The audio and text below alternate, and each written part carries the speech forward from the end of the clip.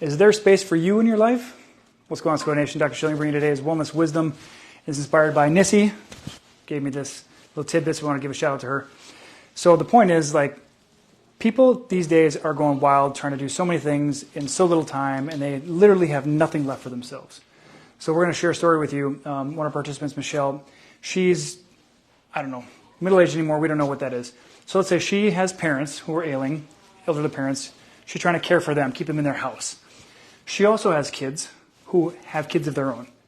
So she's playing daughter to mom, mom to kid, grandma to kid, or grandma to grandkid.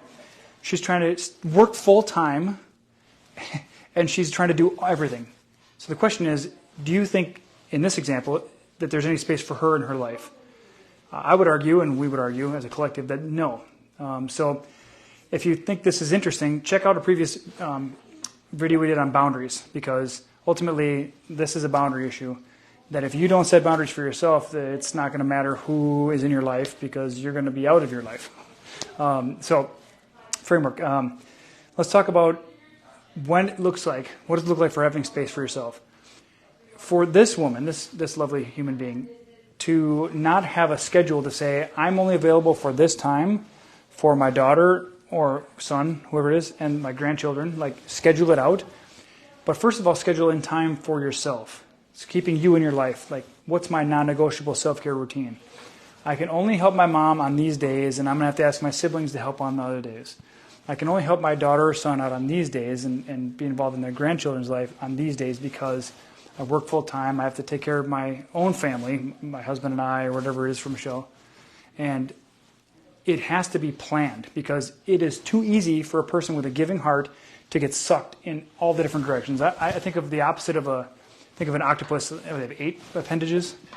Think of it as like 8 appendages stuck on you, like taking life out of you, taking energy. And you're doing it with the kindness in your heart. You're doing it with the intention of helping them. The challenge is, at the end of the day, you're completely wiped out, and you have nothing left for you.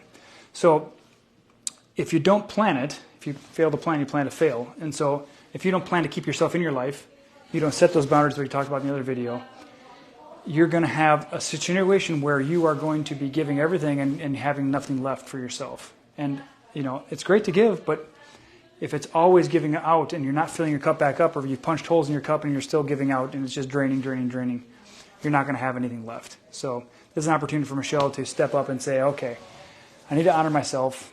I need to acknowledge my needs. I need to schedule my needs in to make sure that they're actually being met, because otherwise it's not going to happen. So what did she do upon recommendation? She scheduled time for herself. She set time to, first thing in the morning, she started moving her body. She said, hey, I'm going to dedicate the first hour of my life, of my day, to me, to nobody else, not my mom, not my spouse, not my kids, not my grandkids, not anybody.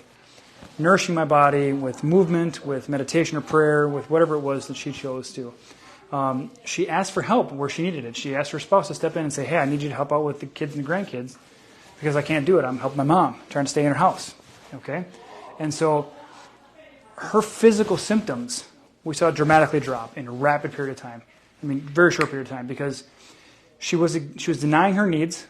She was denying her physical health, ignoring them for the sake of others. When she acknowledged her health and her needs and started prioritizing them, what do you know? Lo and behold, the pain in her hips was gone, because she wasn't carrying the load of everybody else. Her shoulder pain was gone because she didn't have to try to avoid the problem. She was able to set the boundary and keep it at bay by keeping herself in her life. Right? She didn't have to carry the weight of everybody else, because that's what she was dealing with. So one thing you could do for yourself is tune in at 1 p.m. tomorrow, and every day for the next 28 days.